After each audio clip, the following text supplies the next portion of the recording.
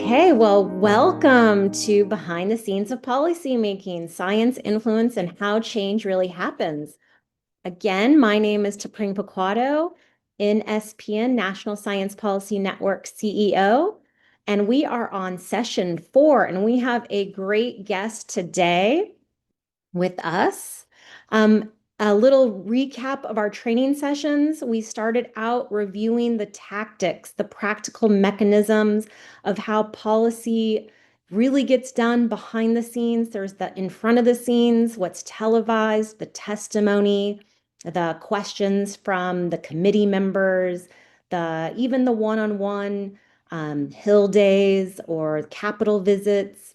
But then we dug in and we got to talk about a representative democracy, and a few participants have actually already sent their letters to their Congress members participating in the budget conversation that's happening right now. September 30th is the timeline when the federal budget is supposed to be passed. And if that doesn't happen, we either have a government shutdown or we pass a budget or we can pass a continuing resolution. And by we, I mean our Congress members. Then we moved on to session 3, where we spoke with Jarrett, and he talked about the grass tops, where we talked about the campaign tactics, sort of the behind the scenes, what the public relations groups do behind the scenes in the campaigns, the paid media and the earned media campaigns. And today we have one of my favorite people in the policy-making world behind the scenes to talk more about the coalitions, sometimes the ballot box. We have Dawn Kopke. She's a partner, a government relations expert, really one of the people that taught me sort of how the work gets done, not from the purest educational aspects that I had learned in the classroom, but walking the halls and doing the work and gathering the coalitions that are needed to actually have policy become law and legislation and the things that actually help society have answers to our problems. So I'm going to say thank you, Dawn, for joining us today and sharing your wisdom and insight. You've really been an inspiration for me in learning the behind the scenes of policymaking. So thank you for being here.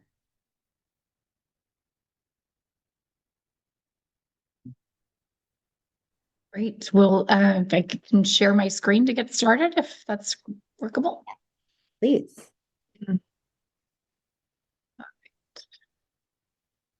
Let's see here. Hopefully everyone can see. You give me a thumbs up to bring. That works. Perfect. Okay. Well, great to be with you all this fine morning. I'm Dawn Kopke. I am a partner with McHugh Kopke Padrone. We're a government relations, public affairs, government affairs firm based in Sacramento. We not only do advocacy, government relations on kind of the legislative front, we also do government affairs, government relations in the budget world, as well as even with the regulatory agencies. So really kind of covering the field across all of those different facets of state government in particular. So this morning, just love to kind of introduce myself and our team at McHugh Kopke Padrone, kind of just do a quick recap. I'm certainly you all are very aware, no doubt, about California being a very progressive state with a very progressive elected leadership. But that makes a difference when we're talking about some of the issues and advocacy success and what success looks like in California. Chat about the timelines that kind of drive the work that we do, and then dive into a few case studies. One related to single-use packaging and plastics, another related to green chemistry and Department of Toxic Substances Control's Green Chemistry Safer Consumer Products program, and then finally wrapping up with a case study on some legislation efforts related to PFAS chemicals, and then happy to take any questions. So as I mentioned, with McHugh Kepke Padrone, I've been with the firm for well over 20 years, really having started my work in and around state government as an intern, actually, starting off with previous Governor Gray Davis, starting off as an internship with him or intern with him, and then moving into full-time work within the administration up until he was recalled, turned off the lights with the governor and his team, helped with that transition to Governor Schwarzenegger, and then went to work with my now business partners, Gavin and Sherry McHugh, and more recently, our Naomi Padrone, our additional partner that's joined us. So as I mentioned, we are a Sacramento-based lobbying firm, originally established in 2000. I joined the firm in about 2003 and have been with them ever since. And as I mentioned, we do specialize in advocacy across all of the different related state, legislative, budget, and regulatory work. And because we are a contract firm, we represent a number of different sectors and entities across the spectrum. So do work in insurance and financial services, a variety of business, manufacturing, chemical related issues, as well as energy, water, do a lot of work, hence the case studies will be focused on today in and around environmental and natural resources issues. But we also do work with some education nonprofits, health and human service entities, some entertainment folks, which is really fun, as well as even representing some tribes on a number of issues in the state as well. Ultimately, across all four of us, really having decades of experience through this work that we bring to the table and on behalf of our clients.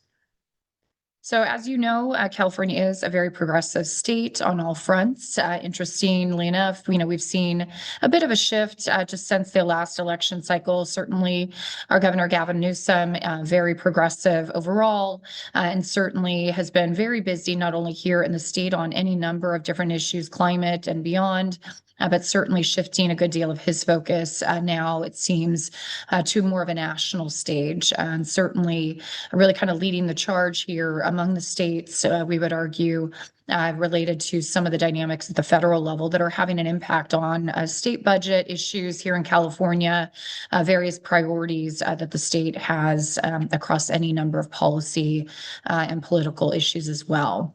Additionally, our legislature is a supermajority in both houses of Democrats. And so certainly that makes things challenging depending on the issue, whether it be, just purely an issue that may need a majority vote. Clearly, they have well over that threshold to get there. Even those issues that may require a 2/3 vote of the legislature, also having those numbers to get there, which certainly makes the work that we do certainly challenging at times, and certainly, depending on the issue, really an uphill battle, depending on kind of what those issues are. And ultimately, each year, the legislature is introducing well over 2,000 policy bills across any number of policy issues, budget issues, regulatory issues, what have you. So not only are we representing our clients on, perhaps sponsored legislation where they're looking to advance different issues, whether it be on a budget issue, a program, new program, policy refinements to address inefficiencies and concerns, but also having to engage on any number of other issues and bills that they care about, but perhaps just aren't kind of helping to lead the charge in working with that particular author. So in terms of our timelines, I think, compared to many other states, California has a pretty long runway for the development of policy and even budget related items. So I think, that really can be very helpful to be sure. So we typically start off our legislative cycle in January for the most part, although much of the legwork that's done to prepare for different legislative issues is done well in advance of that, really kicking off, frankly, now. The legislature just adjourned from this year's session just about a couple weeks ago. And even now, we are already beginning our work on behalf of our clients to ramp up for issues they either may want to work with the legislature to introduce as a sponsored issue, or even things that we know are on the horizon, as whether there are 2-year bills, they were bills introduced this year that for any variety of reasons did not move forward this year, but still are active, and eligible for movement in the second year of the legislative session in January. So, certainly kind of, while this timeline is, pretty straightforward and pretty much set from year to year, the work really is year round. And I would just also note, while this particular timeline indicates, the legislative policy related timelines and budget timelines, the regulatory agencies are churning year round. So this doesn't even capture the fact that they're constantly in motion on implementing many of the laws that are passed in a given legislative cycle that can certainly spread the entire year and sometimes, and in many cases, many years until those are completed. So let's take a case study starting with single-use plastics and packaging. As many of you probably know, a lot of concerns across not only the United States and certainly in California, but I think even internationally, amid some of even the international policies around plastics, packaging, concerns about the proliferation of plastics and plastics that may not indeed actually be collected and recycled, and those that are kind of getting out into the environment, into our oceans, what have you. So certainly a great deal of concern about that. California really very concerned as well. And so really prior to the pandemic, over a multi-year process, the legislature introduced multiple pieces of legislation for a number of years in and around this issue, really first starting with issues related to food packaging, really with a focus on things like expanded polystyrene food packaging and more. Some of those bills, ultimately, were adjusted in many different forms through various negotiations, but ultimately there just really wasn't, kind of the ability for the legislature to get a much more comprehensive approach across the finish line over any number of years. And that was in large part because of concerns based on our clients in the business community. We represent the California Manufacturers and Technology Association, which, obviously spans many different manufacturing sectors, including consumer products that would have been wrapped up in this.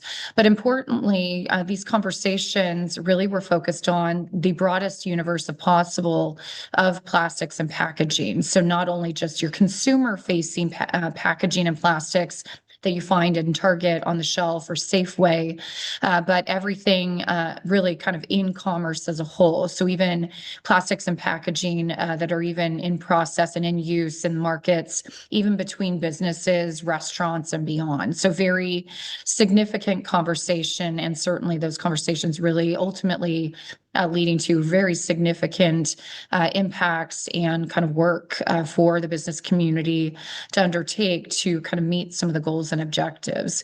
And as I mentioned, it was a multi-year process. We saw many pieces of legislation introduced well in advance of 2022 and even in advance of the COVID pandemic on the subject.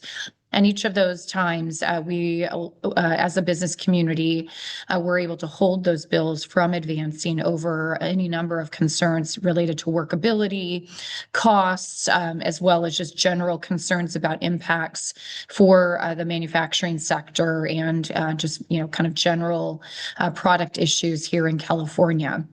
That multi-year process, where frankly the business community was able to hold those issues, resulted in some stakeholders, including those within the environmental organization sector, ultimately working with a few prominent stakeholders here in California to qualify an initiative for the ballot. And that really was kind of the linchpin that really forced the business community to finally come to the table to negotiate in earnest to get to a legislative policy deal rather than that ballot measure that would have resulted in pretty extensive and significant bans and impacts across. Yes, T'Pring.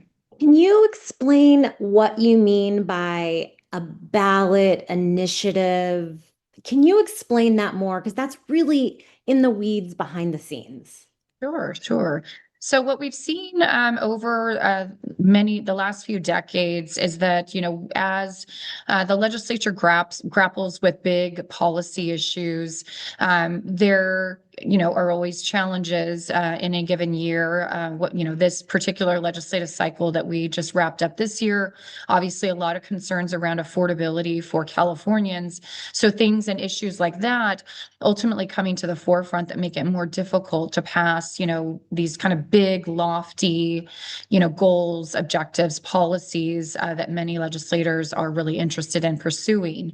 And so as part of that, what we've seen over the last couple of decades is that stakeholders across any number of policy areas, so not only just in the environmental, natural resources space, but also in education, in other areas, have decided to take those issues to the voters directly, ultimately, arguing that if the legislature can't lock down, workable policies and deals, that ultimately, the voters should have a say and be able to do what they perceive the legislature being incapable of advancing. And so we've seen a lot of issues over the last number of years across, again, any number of policy issues go to the voters via an initiative process. So any one of us, frankly, here in California can essentially pay a fee. I think it's maybe around a few $1,000s at this stage.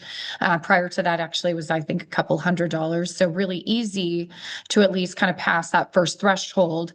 Then you have to pursue a process to obtain a set amount of signatures based on the voter engagement and, the voter thresholds that engaged in the last election cycle. And once you have those signatures, they've all been validated, then in theory, that particular initiative measure that stakeholders are seeking to advance would then be scheduled for the upcoming election cycle. And so in this particular case, again, the business community really having a lot of heartburn and concern, working to hold those bills over the years, those environmental organizations essentially working with entities like the waste and recycling service providers, so like your Recology, waste management entities, as well as some large environmental organizations like Natural Resources Defense Council and others, essentially pursued this ballot measure approach, managed to get a sufficient number of signatures to qualify that for the ballot in 2022. And so given that, to bring, please. Yes. And the legislature doesn't particularly appreciate that because it sort of bypasses their process, right? So it's direct democracy instead of representative democracy, and it bypasses the committee process and the deliberations and the negotiations. It goes directly to the people to vote on the issue. So it's kind of this parallel process to get, the solution. Exactly. And I would also just add to that, I mean, it's exactly right. The other challenge I think that the legislature and even other stakeholders find with kind of that ballot initiative process is that you can't change ballot measures. You can, go back to the legislative process to change policy bills, but the ballot measures, once passed by voters, California voters, you can only pass legislation through the legislature that is deemed in furtherance of that act. So if, you were to qualify a ballot measure, the voters passed it, it was enacted, but all of a sudden there is some glaring problem or workability issue with that measure, ultimately the legislature's hands are tied, as are other stakeholders. They cannot make changes to that measure unless it is advancing and furthering the purpose of that act. So you can't go back and fix it. You have to go back to the legislative or the ballot measure process all over again. And so it's a very constraining process that I think folks really want to avoid at all costs, so that there is an opportunity via legislation to refine things over time as may be needed. So in this particular case, that ballot measure on single-use packaging and plastics did qualify. And as I mentioned, a very onerous ballot measure that would have put in place bans on various types of plastic materials, would have put in place a very significant number of other requirements around mitigation fees for business community and plastics in particular, would have also required very significant source reduction across the board, But notably, that ballot measure, the text of that spelled out the details, was pretty sparse. It was only just a few pages long, not providing a great deal of detail. And so really making folks very nervous about how that would be implemented, what the details would look like, and ultimately just generally whether it would be workable and not have an outsized impact on the markets, on manufacturing, on affordability, what have you. So ultimately, right after that ballot measure did qualify for the ballot, which would have been in November of 2022, the authors of those previous proposals that had moved through the legislature and ultimately been stopped, pulled stakeholders together, including myself and others from the business community across different sectors, as well as the environmental community, waste and recycling service providers, municipalities, so cities and counties caring a lot about this, given that many of them do operate kind of landfills and other, certainly have contracts with waste and recycling service providers and haulers. So bringing a large group of folks to the table with a goal of trying to get to a legislative deal, a negotiated legislative deal that would be sufficient for those proponents that put that ballot measure on the ballot to be willing to pull that off the ballot in deference to this legislative deal, should that come together. Now, the timeline on that, because that ballot measure was driving this, is much shorter. So ultimately, in order for the Secretary of State to finalize all the ballot materials for that November 2022 election cycle, any agreements that would result in those ballot measures being taken off the ballot for November had to be finalized by the end of June. And so that's a very small lead time compared to what we typically operate under, which is almost like a full 8-9 months. This was a condensed more so to about 5.5 months to get to agreement, and ultimately resulted in the business community and then the environmental community on the other side of things, building a massive coalition across these many years that they kept in process and together to really kind of advocate and ensure, provide pressure on both sides to get some of the key policy priorities and pieces included as part of that negotiated deal. But ultimately, importantly, because that ballot measure was hanging over all the stakeholders' heads, really kind of constrained our ability to negotiate on some big issues. So, for example, in the ballot measure, it had a very strict timeline of all materials, all plastic materials having to be recyclable by 2030. And importantly, it wasn't just anymore that materials were capable of being recycled. Recyclable would only be deemed actually recyclable if it was not only capable of being recycled, but was indeed being recycled at certain rates by that 2030 mark.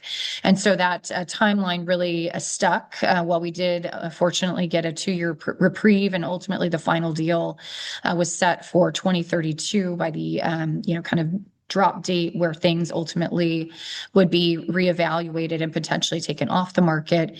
There were some pretty significant pieces in there that were driven by that ballot measure. As part of that, we really worked very hard and diligently across different sectors of the business community. So not only just your, consumer product manufacturers that you see on the shelves at Target, but also the agricultural sector, who also was implicated, other types of, food, restaurant, service providers, across any number of spectrum of, various sectors, as well as business to business. So you even have, large multinational companies, whether that be, Boeing or your Caterpillar tractors, what have you, who have a lot of business to business transactions where they have small parts and pieces that are in, potentially small, little, plastic packaging just for shipment and kind of keeping those parts, differentiated for various uses in manufacturing. Even those materials that aren't consumer facing were included. And so bringing all those stakeholders together and, demonstrating the impacts for those businesses and how challenging that would be really kind of led to providing leverage from the business community side of things, with a focus on working with the moderate Democrats in the legislature to push for some more reasonable pieces within that package. So while we had the ballot measure with some pretty onerous pieces hanging over us, really provided kind of the pressure with that advocacy, with those sector specific challenges and issues, working with the moderate Democrats to get some leverage to push for some other changes that made it more workable. And then ultimately, really just coming down to direct advocacy and lobbying, like literally walking the halls of the Capitol as part of a coalition. So you had ag folks, aerospace, you had, manufacturers, chambers of commerce across the state, all working together for the same end goal to try to make this as workable as possible. Additionally, oftentimes with these types of big issues and big campaigns, we work with various trade associations who may have in-house public relations teams, or even contract with public relations firms to, kind of ramp up in the media to have an added layer of pressure, out in the ether to put additional pressure on the legislature. And through that, also as part of an effort to, push for greater grassroots activity, engagement of Californians who may be concerned about affordability, and that may be their primary goal that they reach out to their legislators, indicating that they need to be mindful of. Or on the flip side, more concerns about plastics that are in our environment and needing to phase those out. And so certainly a lot of activity on that front. And we often look at these issues kind of as a three-legged stool, if you will. So you have the grassroots advocacy piece that's critically important. You have the direct advocacy and engagement, lobbying, but then you also have the political advocacy piece as well, which can take many different forms. Certainly a lot of folks in the business community, as an example, do a lot of work behind the scenes politically to raise their profile, build relationships, what have you. And similarly on, kind of the other stakeholder fronts with environmental organizations, municipalities, they do a lot of work locally as well to ensure that their members are maintaining and upholding the values that their constituents, elected them to serve and deliver on. So a lot of different issues. I mean, at the end of the day, this issue, given the concerns about, the growth in plastic production, not only just, use and growth here in California, but just internationally, as well as, concerns about its impacts on the environment, where we're seeing, these types of plastics get into the environment in any number of ways. And then just generally concerns about our, historical approach to recyclability, or what is deemed recycling and recyclable, not being sufficient anymore, not just capable, nothing, it's no longer sufficient just to be capable of being recycled or recyclable, but it needs to actually be recycled to be considered recyclable. So some of those types of issues really driving that, really focusing in on kind of some of the science of that, as well as broader sustainability goals being the focus. On the business side of things, in terms of, kind of helping to kind of massage some of the details, obviously the politics of things, certainly weighing heavy on the legislature as they contemplated these issues, really wanting to avoid, outright bans, and really rather, have the process be laid out that those, different types of materials, ultimately would have a shot at making their way to being deemed fully recyclable by the rates and dates set out, but also concerns about what this would mean for affordability if manufacturers are responsible, for greater producer responsibility for putting these materials in commerce. What does that mean for them, and the costs that they pass on to consumers purchasing those products as well. And then certainly, in terms of viability of manufacturing various product sectors in California, certainly the jobs and union jobs in particular, also being a critical piece of the puzzle, and work to kind of negotiate these types of arrangements and deals. And so all that to say, the bill ultimately did come together. I think folks, not everyone got what they wanted. I don't think anyone necessarily loved it in full, but I think certainly was, as good of a work product as we could have expected, given the ballot measure pressure as well as just other pressures that we were under to try to get to a workable place. Now, at this stage, that has shifted into the regulatory development, requiring the Department of Recycling, CalRecycle, to begin and work through developing the regulations to get this propped up and running. There still remains a great deal of concerns about the timelines. As I mentioned, everything has to meet kind of that recyclability, actual recycling rates, and ultimately do that by 2032. And that is a big lift, already being at the end of 2025, needing to prop up additional infrastructure to accommodate that collection, end markets, what have you. And so I know as part of the regulatory process now, while that is in process and we are continuing to work with the department on those regs, there are very significant concerns about those very tight and potentially unrealistic, unreasonable timelines. So, we'll see how this all comes together. Yes, to bring, absolutely. Oh, you're on mute. You're on mute, to bring. I'm on mute. So remember when I said that the tactics aren't over at the end of at the end of the legislative process, there are two main tactics that are still used, the courts and the rules. And the rules are the regulatory agencies making the rules on the workability and the affordability. And there are people like Dawn and scientists that engage in the public comments, that are working on the rules, the small little details that keep on going. So Dawn is explaining right now that there's still regulatory development going on. Thanks. Great. So let's shift into more of a regulatory issue. So as I mentioned, green chemistry, big issue here, really that kind of was in process, finalized in two pieces of legislation in 2008, really establishing groundbreaking green chemistry, safer consumer products laws. The goal was to move away from kind of this whack-a-mole product chemical by product chemical legislative approach that the legislature had been pursuing, whether that was, related to bisphenol A in baby bottles, name your, product and chemical du jour, really wanting to move away from that. I think, the legislature, really getting frustrated that it was like always these one-off issues at that time and ongoing, that finally the environmental community came together with the business community and worked on essentially compiling a very comprehensive science-based approach under these green chemistry laws, really with the goal of avoiding regrettable substitutions and identifying alternatives where there were concerns about the use of certain chemicals as ingredients in various product applications where there could be, exposure pathways that not only just affect potentially human health,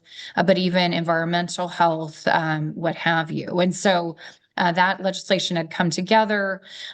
It encompassed any number of different sectors. While it was focused on consumer products was very broadly defined, such that it could be everything from your lotion and potion you buy at Target to the component parts and Boeing 737 airplane. And so very broad. So hence, a very broad array of different business community folks, business sectors engaged on this, a lot of supply chain entities, everything from your base chemical manufacturers to your actual consumer product manufacturers, to as well as retailers and distributors, given that the retailers, for example, they may have some private label products that they do have some, responsibility for dictating, the manufacturing, kind of details associated with that product, but additionally also the responsibility for taking non-compliant products off shelves. There were a lot of different stakeholders across that spectrum in the business community that were deeply engaged and are to this day. Notably, as part of this whole effort, you saw this was one of those examples where it wasn't just that the business community just sat on the sidelines with this going into law as neutral parties. They, again, with the interest of getting away from that whack-a-mole product by product basis approach to chemical management, deciding that this more comprehensive and, again, science-based approach was much preferred preferred for product and chemical related reviews, analyses, substitutions, what have you. So you even saw some chemical industry trade associations and other manufacturing folks actually step up in support of these laws being passed. Now, really, while that was important and significant, really the regulatory process, that rulemaking process for implementing these laws was really where the bulk of the work happened on this issue. Today, the Department of Toxic Substances Control, which is under the California Environmental Protection Agency's umbrella, is the agency and department charged with implementation and ongoing work on these programs. They, certainly have been in process for quite a number of years. After those pieces of legislation were passed and signed into law by Governor Schwarzenegger, the business community realized that this program that was to be established through these rules could be, frankly, a make or break for many products, supply chains, what have you, in California.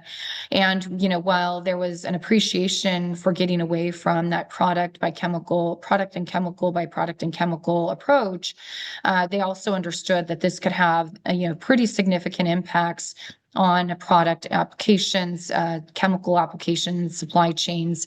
And so ultimately, we worked to form a very large coalition that we called the Green Chemistry Alliance. So again, different entities across the supply chain, business community spectrum. So like I said, everything from retailers to distributors, individual chemical manufacturing companies, everything from your Pine Chemical Association, because there is an association for everything, I assure you, to your color and pigment associations, to your large trades like the American Chemistry Council and a nationwide trade association, as well as your individual, consumer product companies, aerospace companies, and beyond.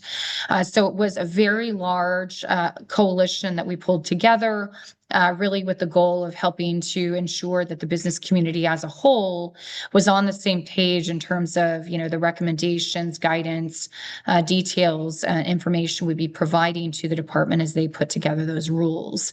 So ultimately, it resulted in the Alliance, the GCA, undertaking pretty significant engagement, so much so that even went so far as to, in the very first few months after those laws were passed, really sitting down on, I kid you not, it must have been, 3 days a week for hours at a time, going through line by line and developing a rule that the business community developed based on that legislation to implement that, really with the goal of making this as efficient, streamlined, and cost-effective as possible, while also still meeting all the specific details, requirements, hazard trait reviews, what have you, that were in that those particular legislation that would guide that regulatory text. Oh, please, to bring.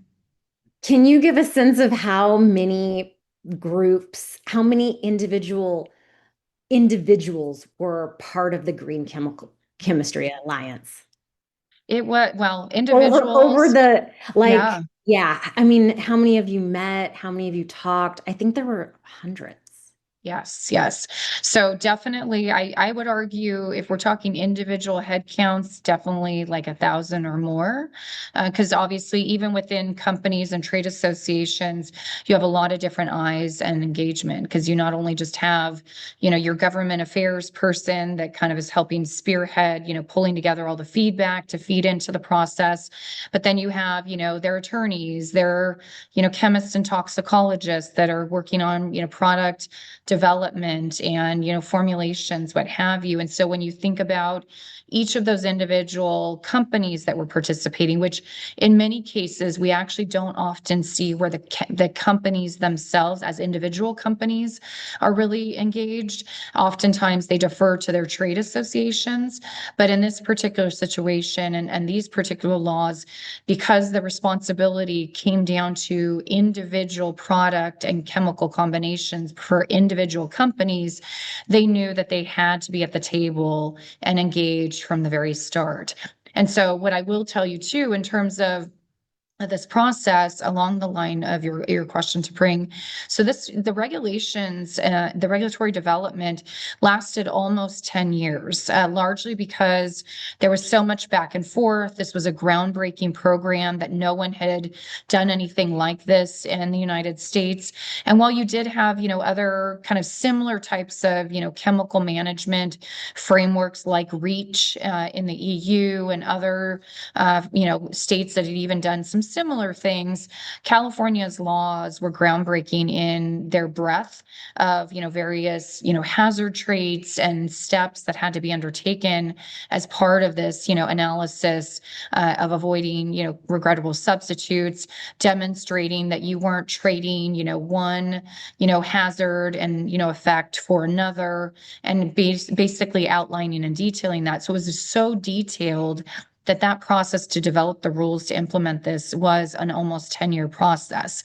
Along the way, a lot of concerns from the business community about various iterations of those rules, so much so that the Green Chemistry Alliance that we were leading ultimately ended up engaging the administration, the Schwarzenegger administration, and then ultimately the Governor Jerry Brown administration when those regs were finalized, to really get them to engage at a higher level and not leave it just to the department to do that work. And so hit such a fever pitch that ultimately the Green Chemistry Alliance spearheaded a closed letter to the governor, if you will. So essentially, getting hundreds and hundreds of individual companies to sign on to a letter that was only delivered to the governor's office for the governor directly. It was not emailed, was not shared. Only myself and my co-chair of the Green Chemistry Alliance ever saw the final letter with all the final signatories, largely over concerns that those companies didn't want to be blasted in the media for signing on to such a letter. But the stakes were so high and the need for a change of course in that regulatory development was so significant that they agreed that, it was worth doing that. And so to your question, to Pring, we had probably around 800 signatories from individual companies and trade associations across not only just California, but the United States and internationally signing on to that closed letter that was only ever provided to the governor and his team. That ultimately did result in him directing one of his senior advisors in the leadership team, actually engaging directly with us, with the department and other stakeholders to get those regulations in far better shape for being finalized. I suppose that beats our one-on-one scientific conversations. Thank you. I mean, yes, absolutely. I mean, let's be clear. I mean, the science was absolutely, driving a lot of the detail around this. I think that's part of, the departments and agencies that we work with on these rules. I mean, they really are the ones with the scientific expertise, right? So as government affairs, lobbyist folks, we are going back to our trade associations, back to the companies, and they, through their teams of scientists, toxicologists, chemists, are absolutely providing us feedback about what's possible, what are important, characteristics and criteria, standards that we need to be relying upon as part of this development. But ultimately, it's Don Kepke, the lobbyist, that's trying to translate that into a rule or translate that into, the governor's leadership team who are not toxicologists, are not chemists, right? Are not engineers. And so there is kind of this dance that we do, not only with those folks within the business community that do have that science background and trying to translate that into policy, but then also the departments and agencies and their teams of toxicologists, chemists, engineers, who are also bringing their expertise to inform the process. Not always perfect, to be sure, but absolutely really science deeply behind all of this work for sure. I think that that's a great Thank you. And do you mind if we end there? Because I think that that's a Sure. great Yeah. ending where you really, I know with me, I wasn't part of this aspect to your work, but I definitely did contribute to some of the aspects of the recycling and definitions of what a recyclable material was. And I felt like you did listen to some of the contributions that I gave as a scientist and some of the work that I shared with you on other recyclable materials and flushable materials. And so you really do utilize scientific experience and are able to translate it in both of the worlds very well. And so maybe it's an opportunity to open it up for questions from you all, recognizing that Dawn's expertise is really being able to, build those coalitions that work behind the scenes, where she has led a coalition of over 800 grass tops, those executive leaders that were able to influence a very important conversation on green chemistry at the California executive level. So, what would you guys like to ask Dawn about behind the scenes? Because she is one of our California state's best.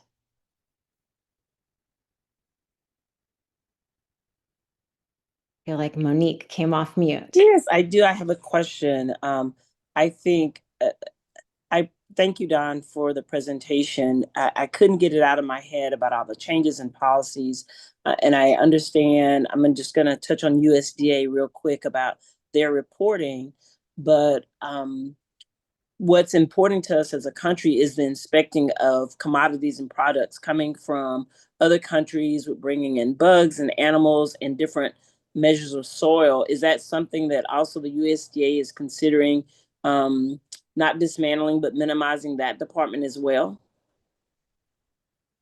I am not as familiar with all the details and intricacies of what's on the table for USDA. I mean, I think as we're looking to the federal government and seeing its impacts, budget, from its budget decisions and discussions, I think across the board, we're seeing virtually all federal agencies, impacted through, kind of a variety of different, budgetary decisions as well as policy decisions out of this current federal administration. So certainly, I don't think USDA is immune from that.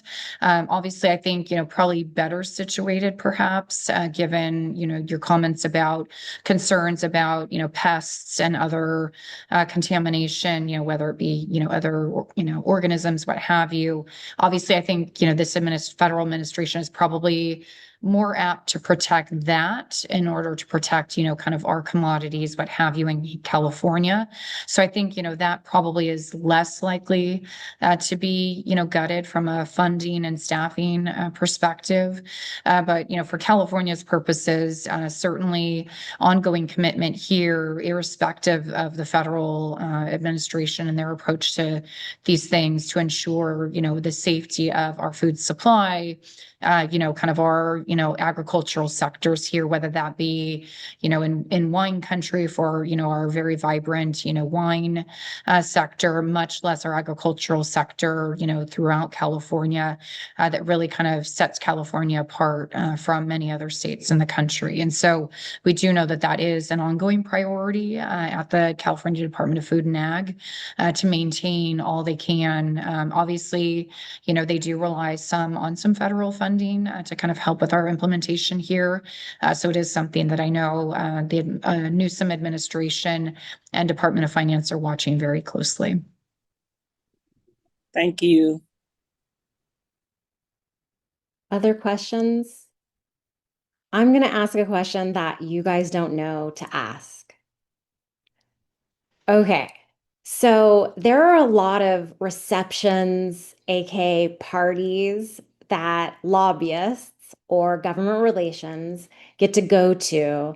And they cost, between 2,000 and 5,000 in California. There are different prices in different states, actually. There it's much less expensive because of different financing limitations in other states.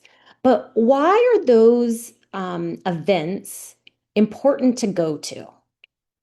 why do we go to those events? Sure. So those events, importantly, are separate and apart from policy making. There are strict rules and regulations here in California that, for these political engagement events, that there is a very clear, bright line that shall not be crossed, lest you be picked up by the FBI and sent to prison. So there are very clear boundary conditions for sure. Ultimately, those types of political engagement opportunities are really focused on relationship building, getting to know, various legislative members, elected officials overall, and having them, have a better opportunity, kind of more direct path to understanding kind of any number of different issues and, priorities for various sectors. And importantly, anyone can really, frankly, participate in these political, engagement events, whether that be at the local level. I know many elected officials do host local events with their constituents, where it may just be, $50 to come to, a happy hour, to have the opportunity to get to know them, have them listen to kind of what your priorities are, what have you. But then there also are the, kind of statewide approaches where various sectors, entities have political action committees where they bring funds to the table for relationship building that really is kind of at a different level of engagement. And again, there is a very clear, bright line that you cannot and shall not talk anything policy. It is more just about generally getting to know an entity. So, for example, our firm, has a few trade associations that, are very engaged politically across the spectrum, whether that be in the beverage industry, manufacturing sector. But then we also have, entities, that are tribes who engage very heavily in political engagement activities to support, kind of policies and priorities around, kind of tribal, gaming issues, tribal sovereignty.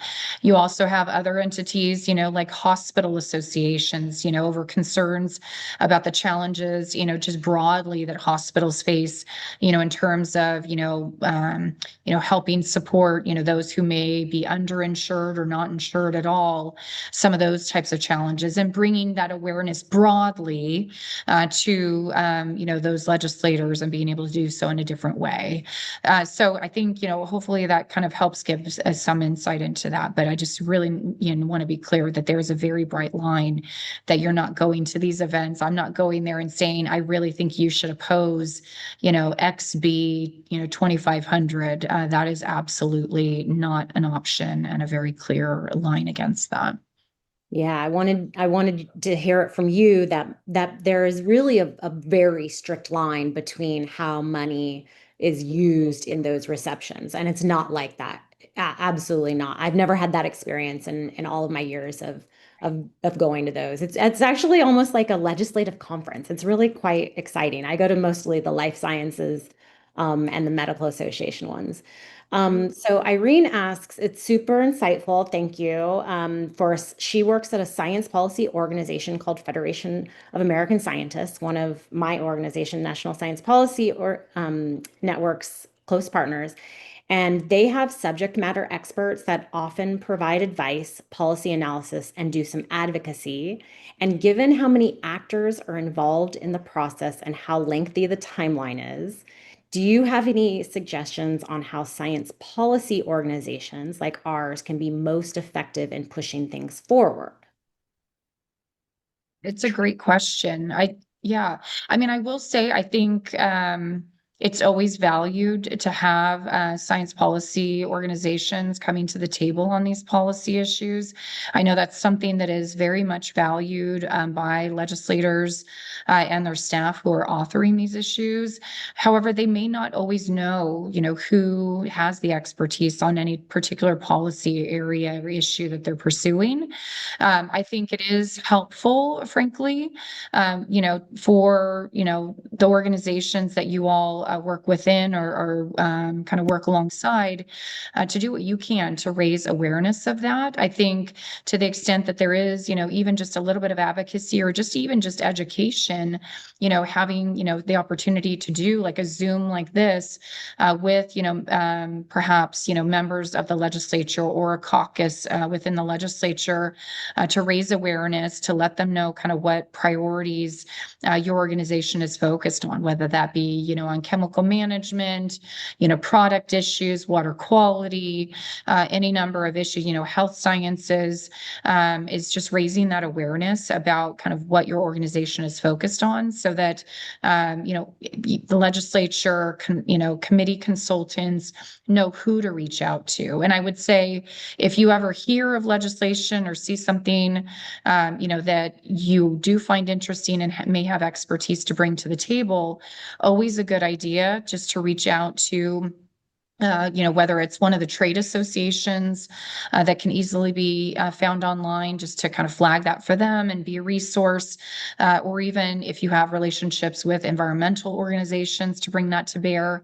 I will say it's always valuable to have additional information, science background, studies, what have you, brought to the table, especially for some of these really complex issues. Great advice. We have time for one more question, or we can wrap it up. Again, Dawn is one of my favorite model government relations people in the state of California. She really did teach me the professionalism and the strategy about balancing the science, the politics, the process, which are all really valuable to know at a very deep level, right? She started talking about the timeline, which as I expanded my work outside of California, timelines in different states really matter. So my first task when I was expanding to different states, I started and I went for a full week in Washington State, and I stayed there, and all I did was ask questions first to the committee consultants, and then once I got brave enough, and I'm an extreme extrovert, but once I got brave enough, I spoke to the members' offices, and then I got to talk to an actual member, an elected official, and talked about the process and the timelines, and they vary based on the timelines of the legislature. So learning that, I would encourage you not to build coalitions, but join coalitions. You can't do this work on your own. So join coalitions and obviously starting with National Science Policy Network. So thank you all for joining the sessions. You'll be able to have these recordings, and join me in thanking Dawn for her participation today. Thank you so much. Thank you, T'Pring. Great to be with you all this morning. Appreciate the invitation.